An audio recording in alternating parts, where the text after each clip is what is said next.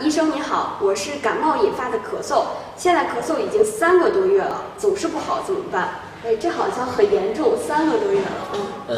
是这样的，这也引起了就是另一个话题。如果这个网友的话，他已经就是感冒之后也咳嗽已经3个月了，那么他就不是感冒的问题。那就是上升到咽炎吗？对，支气管炎或者肺炎的问题。那么也就是想跟大家说一个什么事情呢？就是首先这个人得这个感冒的时候呢，大多数情况下是一个就是病毒性的感染。这个时候的话呢，初期大家是没有必要去用抗生素的，因为是病毒性的感染，抗生素对病毒是无效的，所以这个时候不用去用抗生素。但是呢，因为你感冒了以后的话，人的机体的抵抗力是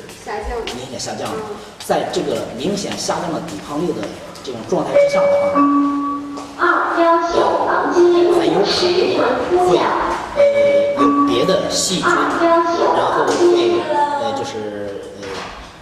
趁虚而入进入到你的体内，然后造成新的细菌性的感染。那么这个患者的话，我们称之为，因为他初期的感冒，长期抵抗力比较低的话呢，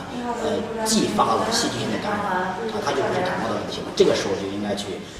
治疗他的这个细菌性感染的一个情况，那么就应该用一些抗生素或者对症的一个处理的药物。所以说，我们也建议这位朋友